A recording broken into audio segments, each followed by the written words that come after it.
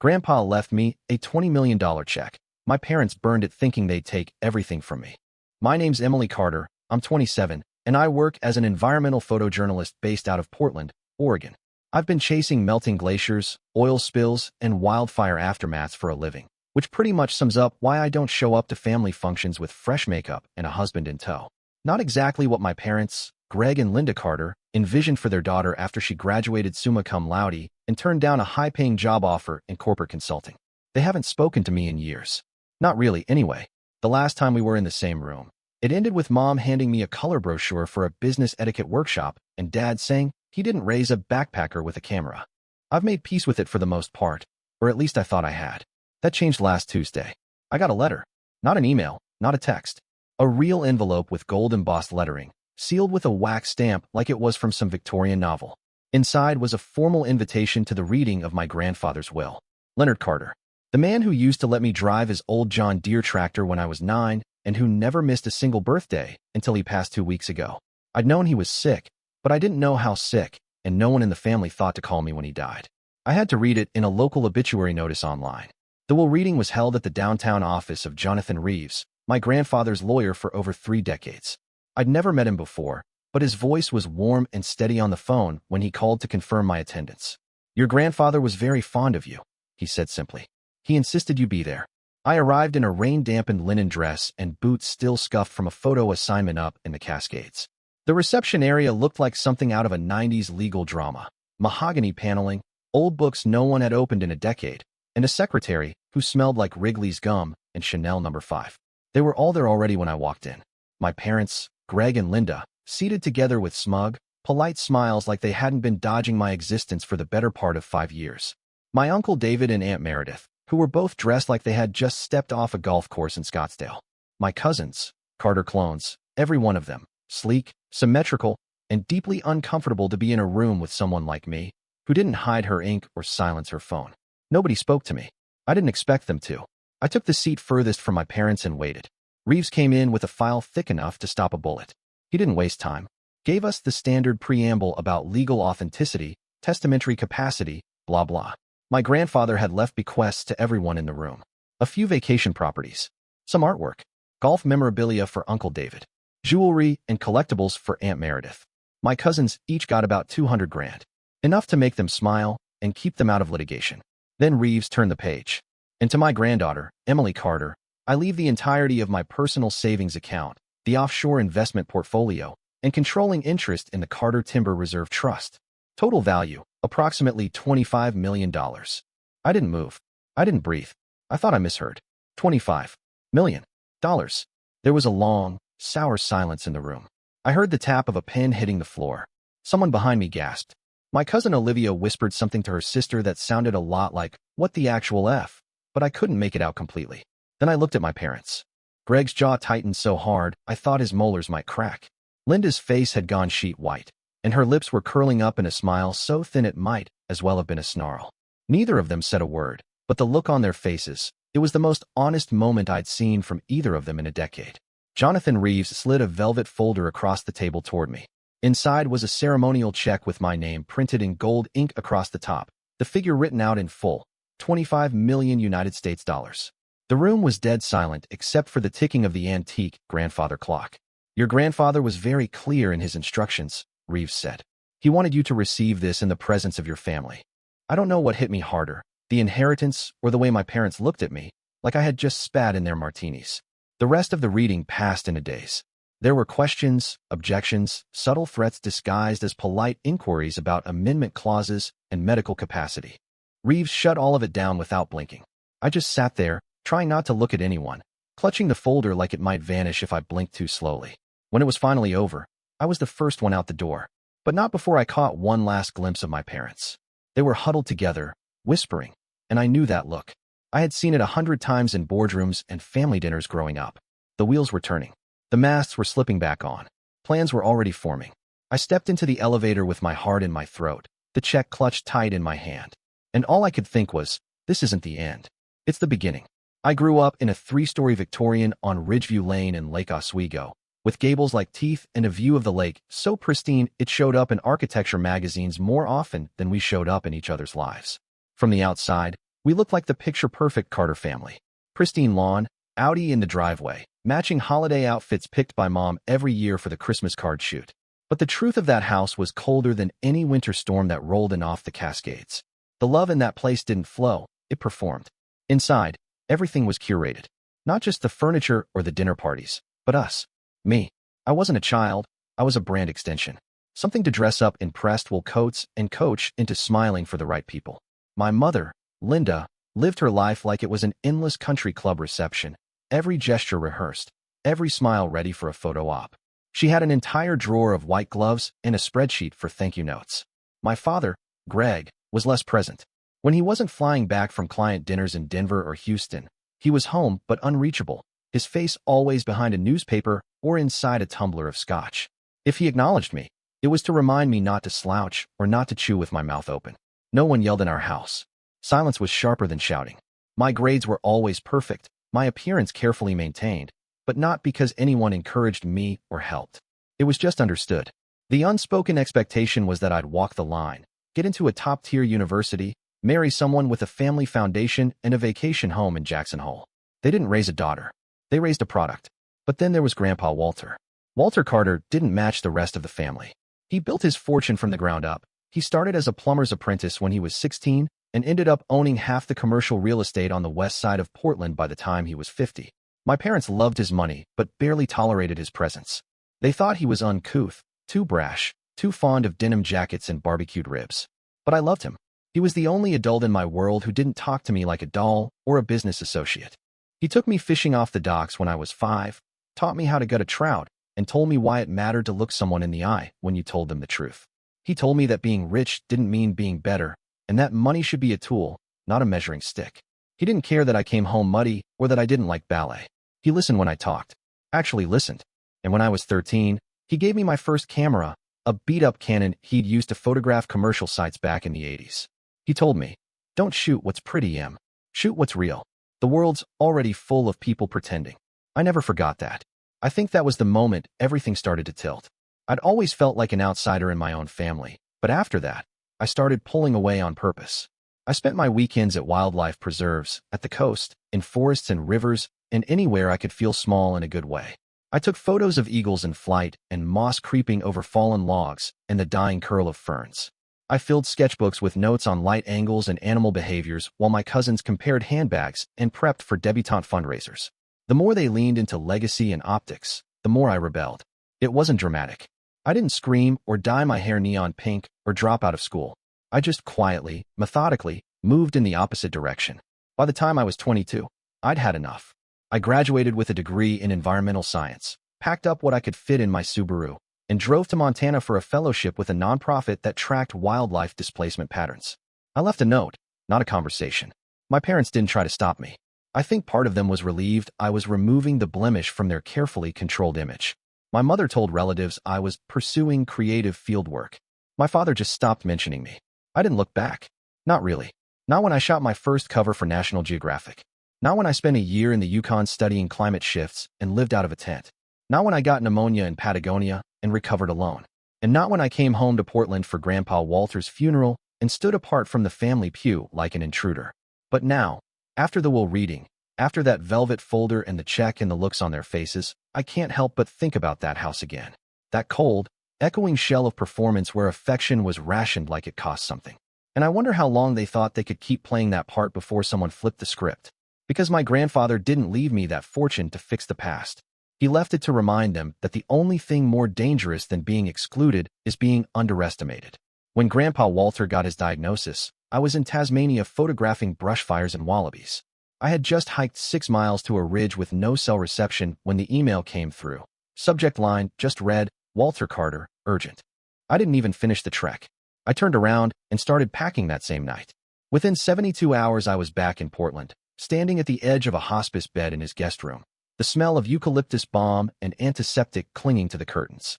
He looked smaller, not just from the weight loss, but like the gravity in his bones had shifted. Still, when he saw me, he smiled in that crooked way that always made him look like he had just gotten away with something. "I'm dying, Emmy," he said flatly, like he was telling me the score of a Blazers game. Tired of all the pretending. I moved in that same week. Put my career on hold. canceled a 6-month shoot with an NGO in Alaska, and took over the morning meds, the sponge baths, the careful measuring of every portion of food he could still stomach. The Carter family did what the Carter family always did in moments like these: sent gift baskets, coordinated flower deliveries, and showed up for 15-minute visits once a week in their dry clean-only clothes, looking like they couldn't wait to get back to their other obligations. But he talked to me. Not just surface stuff, but real, raw, gut-level truth. It came in pieces, some of it whispered late at night when he couldn't sleep, some of it slurred after bad days when the meds hit too hard, and some of it deliberate, like he had been waiting decades to say the words out loud. He told me he made a mistake with my father, that he had covered too much, forgave too easily, and let Greg grow into a man who believed money would always be there to rescue him. "I loved your dad," he said once, voice rasping. "But love doesn't mean turning a blind eye. That man's been borrowing against things he hasn't earned for 30 years. That's how I found out about the loans. My father, the man who once lectured me about financial responsibility because I didn't want a second credit card, had borrowed millions, literally millions, using projected inheritance assets as leverage. Property holdings that hadn't been transferred, trusts that weren't even active yet, all on the assumption that he'd get a third of everything once Grandpa passed. But the money was gone. Spent. On business ventures that tanked. On a vacation property in Palm Springs he never even furnished. On propping up a life he couldn't afford but couldn't admit wasn't real. He thinks I don't know," Grandpa said once, coughing so hard I had to grab the oxygen tank. "He's been dancing around it for years. But I've seen the papers. I've seen the damage." I asked him why he didn't confront him, why he didn't stop it. He just looked at me, eyes watery but sharp. "Because I didn't want to lose my son," he said. "But now I see. I lost him anyway. Lost him to his own reflection. And I won't let him take you with him." He talked a lot about legacy toward the end. Not the kind that shows up on balance sheets or gets your name on a building, but the kind that outlives your voice. He said trust didn't come from blood, that anyone can share a name, but only some people earn your last breath. And he kept repeating this idea that family isn't a birthright. It's a pattern. You either break it or pass it on. There were days when he slipped in and out of lucidity, when he thought I was my grandmother or a nurse he'd had years ago. But then he'd come back, look me in the eye, and speak with a clarity that cut deeper than any of the morphine ever could. "I made arrangements," he said one evening, staring out the window like he could see the lake from there. "It won't make me a saint, but it'll stop him from dragging this family into another generation of rot." He didn't explain much more, just said he trusted Reeves, that everything was in writing, airtight, and deliberate. I asked him once if he was scared to die. He laughed, a dry, brittle sound that came up from his chest like dust. "I'm not scared of dying," he said. "I'm scared of leaving behind a lie." He passed in his sleep on a Tuesday morning. I was sitting beside him with a book open in my lap, pretending to read, but mostly watching his breath rise and fall in uneven stutters. Around 4:17 a.m., it stopped. I sat there for a full minute before I reached for the hospice line. Not because I was frozen in grief, but because I didn't want anyone else to be the first to know. I wanted to hold that moment alone. Just me and the man who taught me what real love looked like. Quiet, unshakable, and messy as hell. His last words to me, 2 days before he passed, during one of his brief lucid spells, were whispered so faintly I had to lean in until my forehead touched his. "I've set things in motion," he said. "Trust Jonathan. And trust yourself." He didn't say goodbye. He didn't have to. I knew exactly what he meant. It didn't even take 5 minutes after the standard bequest for the atmosphere in Reeves' office to shift from polite tension to barely contained panic. The first round of the will had been surface level, property shares, structured dividends, conditional distributions. Everything filtered through oversight, contingent clauses, and long-term trusts that required milestones and clean audits. Nothing was liquid. Nothing was immediate. And the expressions on my Uncle David and Cousin Olivia's faces as Reeves explained the annual caps and tax thresholds were worth more than the vacation home they thought they were getting. Then Reeves turned the page and the real detonator went off. "To my granddaughter, Emily Carter," he read, his voice still calm, still professional. "I leave full and unrestricted control of my personal estate, including but not limited to liquid financial assets, equity holdings, intellectual property rights, and all personal effects stored within the Oak Hollow property." He paused, letting it settle. "Additionally, I have prepared a personal letter for Miss Carter, to be opened privately following this meeting." The silence that followed was cavernous. Not even the rustle of fabric. Not even breathing. My father was the first to speak. "That's not right," Greg snapped, his tone clipped and sharp like he was still in a boardroom. "That must be a draft. Or a mistake. Walter said I would be managing the Oak Hollow portfolio." Reeves didn't flinch. Mr. Carter, your father amended his testament 3 months before his passing. His directives were clear. Miss Carter is now the executor and sole beneficiary of the private estate. My mother reached for her pearls like they could stabilize her. Surely there's some misunderstanding, Linda said with a smile so brittle it could cut glass. Walter would never leave Greg out. He relied on him. He always said. Reeves looked at them both and closed the folder slowly. There is one other item I'm obligated to disclose, he said. Your father left detailed accounting notes documenting a series of unreturned loans, personal and business-related, totaling $7.8 million issued to you, Mr. and Mrs. Carter, between 1999 and 2019. None of these funds were repaid. They are not forgiven in this will. That was it. The moment. The pressure in the room exploded like a ruptured valve. Greg stood up so fast his chair hit the wall. This is a setup, he barked, face red, voice climbing towards something that didn't belong in a lawyer's office. He was manipulated. You've poisoned him against his own son. Linda reached for my hand, her smile now twisting into something desperate. Emily, darling, you know how private your grandfather was about finances. You don't want this drama. Why don't we sit down, talk it through? Maybe we can work something out. There's no need for division. I looked down at the letter Reeves had handed me. It was sealed with Grandpa's initials, heavy stock paper, folded neatly like he had known exactly what it would do in my hands. I didn't open it. Not yet. Reeves remained seated. He didn't even blink. The terms are final, he said. There is no room for negotiation. Any disputes will be addressed through probate litigation, but I advise you to reconsider before pursuing that path. Mr. Carter's instructions include clauses tied to litigation penalties and estate dissolution triggers. It got worse after the official reading. They waited until most of the others had left, until the cousins had slunk out in their expensive shoes and polite horror, and Uncle David pretended to take a call so he could avoid the tension, and then they cornered me by the elevators. I should have expected it, but I didn't. I was still holding the ceremonial check, folded into the inside of my coat like a bookmark for a story I hadn't decided to finish reading yet. My father grabbed my arm, not hard enough to bruise, but hard enough to remind me of what he used to do when I embarrassed him in public as a child. You don't know what you're playing with, he hissed. You've been gone too long. You don't understand how these things work. My mother stepped in, voice syrupy again, trying to smooth the edges. Your father's just upset. We were blindsided, sweetheart. Think of the family. Think of the name. But I didn't say anything. I just stood there, watching them like they were on stage, two characters stuck in a loop they didn't know how to escape. Then it happened. Greg snatched the check out of my coat. I reacted too late. Maybe part of me was in shock, or maybe I just didn't think he'd do something that stupid. He held it up, waving it like a trophy. This is what he thinks of me, he shouted. He gives her everything and expects us to watch. Linda reached into her purse, pulled out a silver lighter, some designer piece she used to light scented candles during dinner parties, and handed it to him like it was the most normal thing in the world. Before I could stop them, Greg lit the check on fire.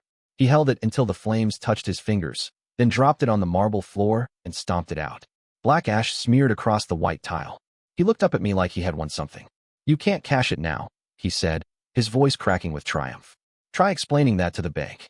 And I don't know why. Maybe it was the absurdity of it or the months of grief or just the complete unraveling of everything I had once feared, but I started laughing. I laughed so hard I had to lean against the wall. I couldn't breathe. I couldn't speak. My stomach hurt and tears came down my face and my parents just stood there, stunned, confused, watching me lose it in the middle of the hallway.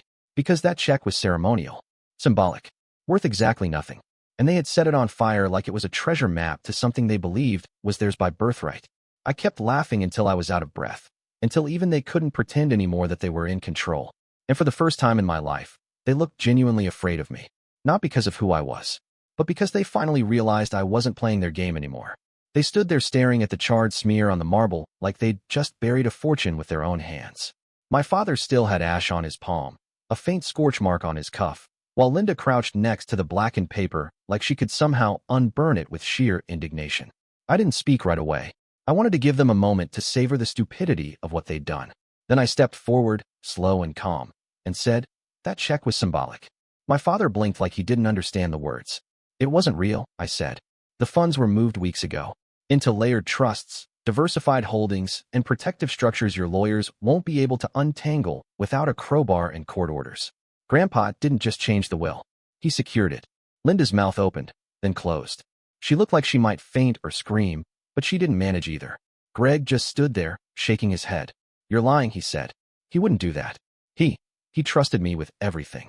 I almost pitied him in that moment. Almost. No, I said. He didn't. That's what you told yourself so you could sleep at night.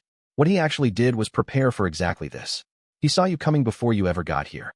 I heard the sound of car tires on gravel before I saw them. The front door opened, unlocked because I hadn't figured out how to change the codes yet, and in walked Jonathan Reeves, flanked by two men in charcoal gray suits that didn't belong to any private security company I recognized. They didn't say a word. They didn't need to. Reeves looked at my parents, then down at the burn mark. I had the check tagged with RFID, he said.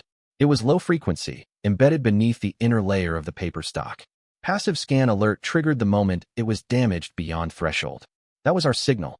Linda tried to regain composure, smoothing her blouse like that could erase what had just happened. Jonathan, surely this isn't necessary. This is a family matter. We're just upset. There's been a misunderstanding.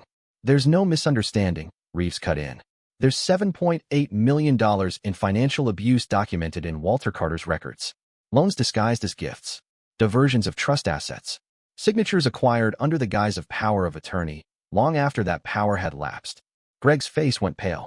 This is a private residence, he said, voice hoarse. You have no right to barge in here with hired muscle. I do, Reeves replied. Because this residence is part of the estate now under Emily's sole control. Your presence here is no longer authorized. The words hit harder than anything I could have said.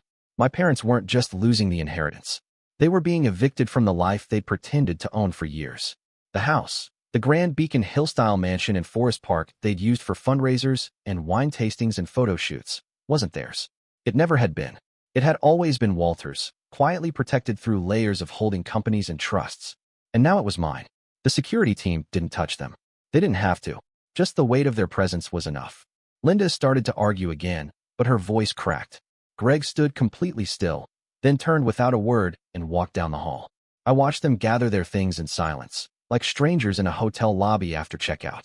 No one yelled. No one cried. But there was something worse in the air, something heavier. Humiliation. Reeves handed me a slim folder after they were gone. Updated documents, he said. Your grandfather's final transfer authorizations. The property titles. The trust access codes. And the key to the study vault. He said you'd know when to use it. I didn't open the folder right away. I just held it, still standing in the foyer while the silence returned like fog. I looked around at the place they used to claim as their own. The antique mirrors. The oil paintings curated to match the couch. The decanter tray that hadn't been touched in months. Everything felt suddenly absurd, like I was walking through the carcass of a life that had never really existed. Grandpa had done all of this without fanfare. Quietly. Thoroughly. With the same patience and precision he used to show me how to cast a line or fix a stubborn drawer hinge. He had watched the people around him spin illusions and had prepared for the moment they'd finally shatter. And in doing so, he hadn't just left me his money. He had left me the truth.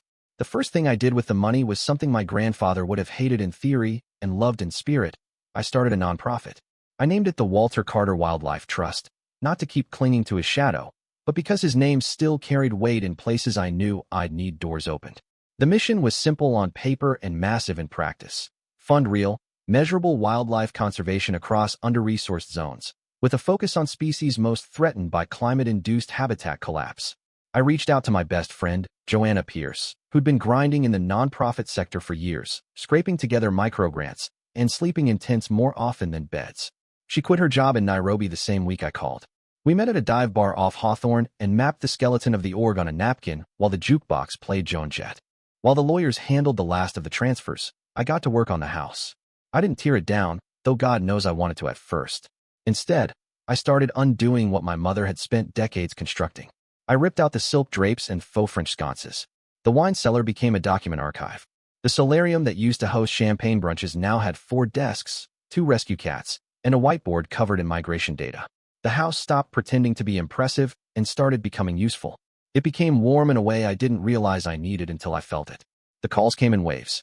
My mother was first, voice trembling with careful restraint, asking if I might consider donating something for the Lake Oswego Arts Gala. She said the committee was struggling this year, and wouldn't it be nice to honor Grandpa's memory with a platinum sponsorship? I told her the trust didn't fund vanity projects. She hung up before I could finish the sentence. A week later, I got a forwarded email from one of our legal advisors. My father had submitted a 20-page pitch deck for a renewable blockchain marina he wanted to build in Costa Rica. It took Joanna 5 minutes to confirm the shell companies behind it had all been flagged in prior SEC filings. I didn't respond. What surprised me most wasn't the shamelessness. It was how quickly their tactics turned once they realized I wasn't playing along. My father went cold and corporate, addressing me as Ms. Carter in every message. My mother, on the other hand, escalated into wounded performance art. She mailed a handwritten letter on embossed stationery claiming she felt exiled and spiritually displaced. I scanned it, filed it, and moved on. Then April showed up. I hadn't spoken more than 20 words to my cousin in the past decade. She was always in the background, tall, poised, bored. The kind of girl who used to flip through Vogue during family brunches and pretend she couldn't hear the noise. But she emailed me one night after our first conservation report went live online. It wasn't long or sentimental. Just a quiet line about how she'd been working in architectural restoration for the past few years and wanted to help if I'd let her. I almost didn't respond. But something about her message didn't feel like the others. She came by the next week in work boots and a flannel shirt, hair pulled back, no makeup. She stood in the old dining room, looked up at the ceiling panels, and said, "These are original cedar. They shouldn't be painted." Then she rolled up her sleeves and started scraping 30 years of lacquer off the molding. One night, over sandwiches at the kitchen counter, she told me she used to follow my travel blog under a fake account because she didn't want anyone in the family knowing she cared. She said she envied the way I walked away, the way I didn't apologize. I told her I hadn't felt brave when I left, just tired. She nodded and said that was enough. The trust started small. A pilot program in Eastern Oregon, then a coastal rehabilitation grant in Humboldt. Then we brought in a wildlife legal team to defend endangered territory rights in Montana. We didn't go big or flashy. We just showed up, again and again, where no one else was willing to. And word got around. It's strange, building something after watching everything else fall apart. For so long I thought I was just running away from the Carter name, from the image, the weight of all that expectation and nothingness behind it. But what I've started to realize, what Grandpa must have known before I did, is that the most radical thing I could do with this inheritance wasn't reject it. It was to rewrite what it meant. It started quietly, like most good things do. Dr. Theo Jackson was introduced to me through one of Joanna's network calls, a scientific advisor from Oregon State University with a background in riparian ecosystems and a field reputation for being more useful in boots than in meetings. He had a doctorate, sure, but he didn't lead with it. When he showed up for our first site visit, he brought his own thermos and helped unload gear without being asked. He didn't know who I was at first. Not really. He'd heard of the foundation, had skimmed the mission page, but when I mentioned my last name in passing, he just nodded and said, "Carter like the lumber people?" I shrugged and said, "Used to be," and that was that. He never asked what the house looked like or how much the trust was worth. He asked about salamander migration and how we could balance restoration with public access. We spent hours in knee-deep water tagging amphibians and measuring pH drift, and at some point I realized I'd stopped dreading silence. Theo had the kind of presence that didn't demand space but made room for others. We started exchanging field notes, then books, then playlists. He taught me to identify bird calls by ear, and I showed him how to rig a lens mount on a pack frame without it digging into your shoulders. He never made jokes about my gear being overkill or questioned why I was always the one driving. And when we ended up alone one night watching the tide roll in over our first shoreline reclamation plot, he reached for my hand without making a show of it. It didn't feel like a scene. It just felt like a yes. Heather caught on before I even said anything. She poked her head into my office one morning, saw the OSU sweatshirt draped over my chair, and said, "So, you finally found someone who cares more about frogs than funding." I rolled my eyes, but she wasn't wrong. Theo was different. I wasn't a name to him. I wasn't a headline or a scandal or a story he'd heard from someone's dinner table. I was just a woman who lived in a big old house and wanted to save what she could before the water line erased the rest. The foundation kept growing, not because we chased scale, but because we stuck to our roots. We secured a 3,000-acre conservation easement outside Ashland, old growth, wetlands, redband trout habitat. We brought in local schools for immersion programs, taught kids to track scat and identify leaf structures, ran workshops with bilingual materials so no one got left behind. We weren't flashy. We were just consistent. And people noticed. Someone submitted my work to a photo curator in Seattle. I didn't know until I got the call. They were putting together a national exhibit focused on climate loss and regional fragility, and they wanted to feature 10 pieces from my archive. They called the show Vanishing Northwest. I stood in front of my photo at the opening, a wide-frame capture of a mother elk and calf disappearing into morning mist. The caption just said taken 15 minutes before chainsaws cleared the East Quadrant. No backstory, no fanfare, just the image. Theo came up beside me, wine glass in one hand, and said, That's the kind of picture people feel before they understand. I looked at him, at all of it. The gallery lights, the guests moving between frames. The woman who once fled her family name like it was a burning building, now standing in the middle of a room full of strangers who saw something else entirely. It didn't feel like a victory. It felt like belonging, like finally stepping into a life that hadn't been carved for me, but one I'd built by hand. One day at a time, 1 mile of trail, one grant, one laugh at a frog joke too dry for anyone else. And for the first time in years, I wasn't waiting for the ground to fall out from under me. I was ready to stand still and let the roots grow. The sky that morning was the kind of soft, filtered gray that makes the trees look sharper, more deliberate, like every pine needle had been polished overnight. We had strung native wildflowers along the path leading into the sanctuary, woven through driftwood signs. Nothing extravagant, just simple and local and real. The Walter Carter Wildlife Sanctuary had taken a year to complete. Hundreds of hours of planning, fundraising, soil testing, habitat mapping, and restoration work that left my hands raw and my voice hoarse more days than not. But when I stood at the podium that morning, surrounded by volunteers, biologists, teachers, and kids from the school programs we'd started, it felt more like a homecoming than a launch. I looked out at the crowd and saw familiar faces. Joanna, April, Theo standing off to the side with his hands in his pockets like he didn't want to steal attention. There were people from the Conservancy, a few press photographers, 2 retired teachers who had known my grandfather when he was still a young man buying his first acre of land. And then, near the back of the crowd, almost hidden beneath the canopy, I saw them. Greg and Linda Carter. My parents. He wore a blue Oxford, rumpled at the collar. She had on a cardigan I recognized from department store catalogs. Nothing designer, nothing polished. They didn't try to come forward, didn't wave, or make a scene. They just stood there quietly, holding hands like people trying to remember how. And something inside me, the place that used to burn at the mention of them, stayed still. I wasn't angry. I wasn't afraid. I wasn't trying to win. When it was time to speak, I stepped to the mic and looked down at the note card in my palm, then put it away. "Thank you for being here," I said. This place began with a man who believed that wealth had nothing to do with money and everything to do with care. He taught me to fish and to listen and to ask better questions. He gave me his name not to preserve it, but to change it. And today, standing here with all of you, I want to say this. True wealth isn't what we keep. It's what we protect. There was quiet after I finished. Not applause. Just silence, respectful and full. The kind that doesn't need to be filled with anything else. Later, after the crowd had scattered into guided walks and trail talks and booth stations, I found my parents standing near the welcome center, eyes scanning the restoration wall. I walked up to them, slow and steady, and offered to show them around. They nodded, said yes, both in that slightly too careful tone people use when they're afraid of breaking something fragile. We toured the paths. I pointed out where we'd cleared the invasive grasses, where the osprey had returned to nest. They asked questions. Not many, but enough. At the end, I thanked them for coming. They didn't linger. That evening, when the site had emptied and the sun had dropped low enough to cast long shadows between the evergreens, I walked to the bench just past the northern overlook. The one where Grandpa taught me chess, years ago, when my feet barely touched the ground and he still kept peppermints in his coat pocket. I sat down alone and opened the leather journal he'd left with Reeves, sealed until the 1-year anniversary of the trust's activation. It smelled faintly of cedar and old paper. The last page, written in thick, deliberate handwriting, read, "Freedom is wealth. Use it well." I closed the book and held it for a long time, not because I needed more time with the words, but because I wanted to sit inside them. Not as someone's granddaughter, not as the girl they tried to shape, but as myself.